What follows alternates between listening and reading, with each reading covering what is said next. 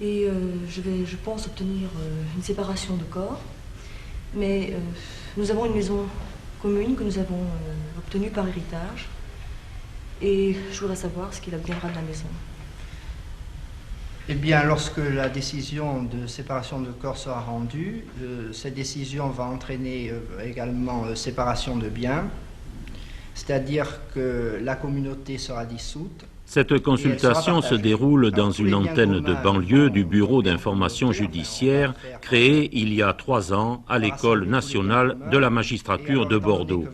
Les consultants sont reçus par des élèves magistrats auditeurs de justice chargés de leur apporter une information gratuite sur les problèmes qui se posent à eux.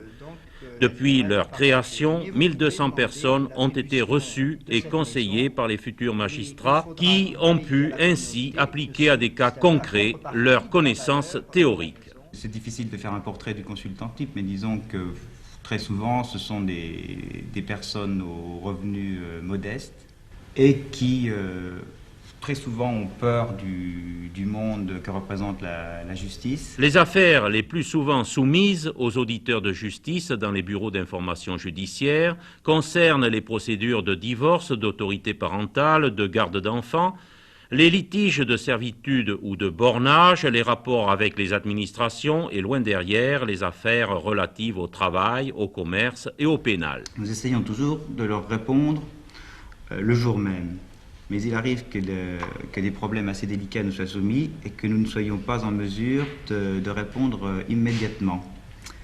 Alors, très souvent, quand les personnes le veulent bien, et elles le font presque toujours, elles nous confient leur dossier, leurs papiers.